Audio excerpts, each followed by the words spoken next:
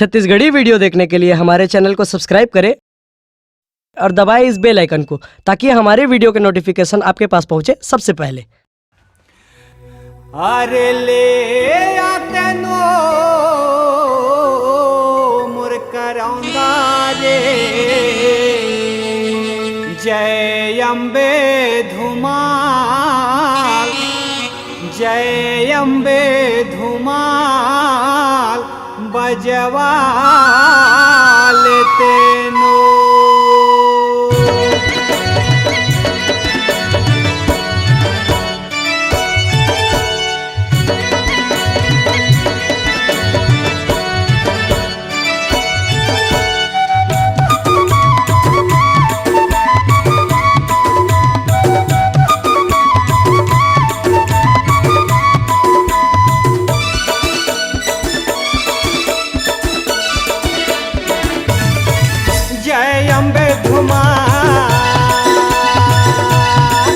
जय अम्बे धुमाल गौ कसम बाजे कमाल के ये बछौत गड़े वाला गौ किनी वो बाजे बवाल रे।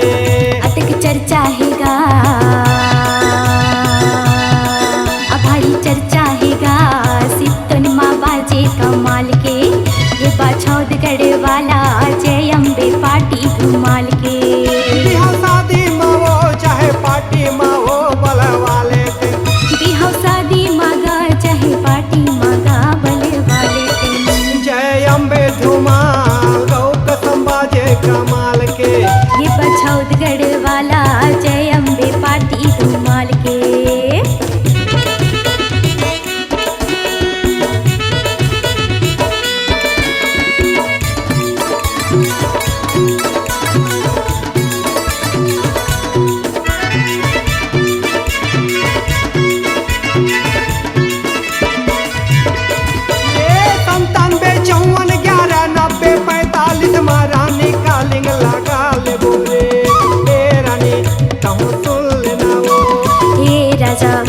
बता देना भागवत भैया के ये पार्टी धुमाले तो घर बजाते हो गजब कमाल के। जय अम्बे धूमल बछौत गढ़ वाले देख लेना राजा छत्तीसगढ़ मछागे।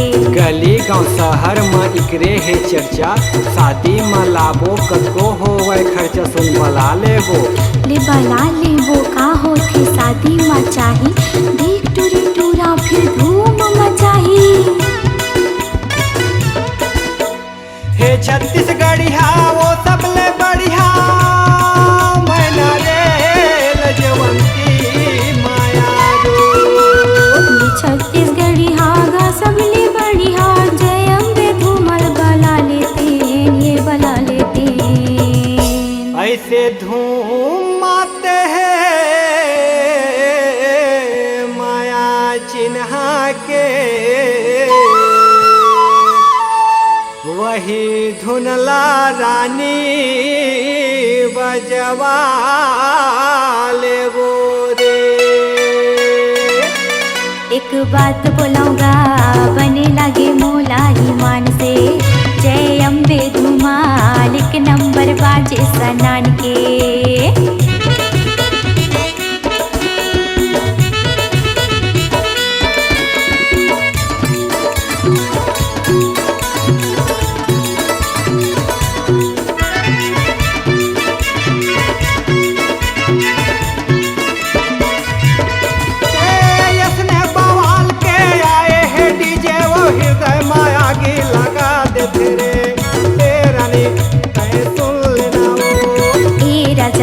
आगे कौन डीजेगा द्राविड़ के डीजे धूम मचाते शादी बिहाव में लगावाते नाच नाचे समधिन मन मड़वा हला के बाजा ही डीजे असने बजवा के। रवि सचिन परी वीरेंद्र यादव के नंबर ला राजा बता देना ले बता देना 8269468207 डीजे चाहिता कर लेबे वो यार। माते धुन माँ नाचे बाराती द्राविड़ के डीजे माँ भाते माते धुन माँ नाचे बाराती असना डीजे लगवा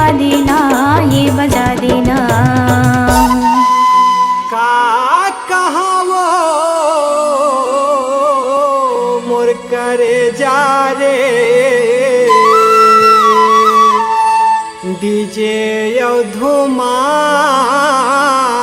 सनान बाजे रे।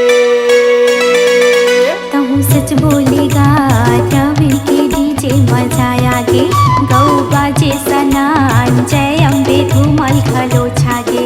रवि सचिन लावो भाई आदित्य लावो ना चाले तेन, बिहाव शादी मगा चाहे पार्टी मगा बजवा लेते। जय अम्बे धुमाल गौ कसम बाजे कमाल के। ये बछौदगढ़ वाला जय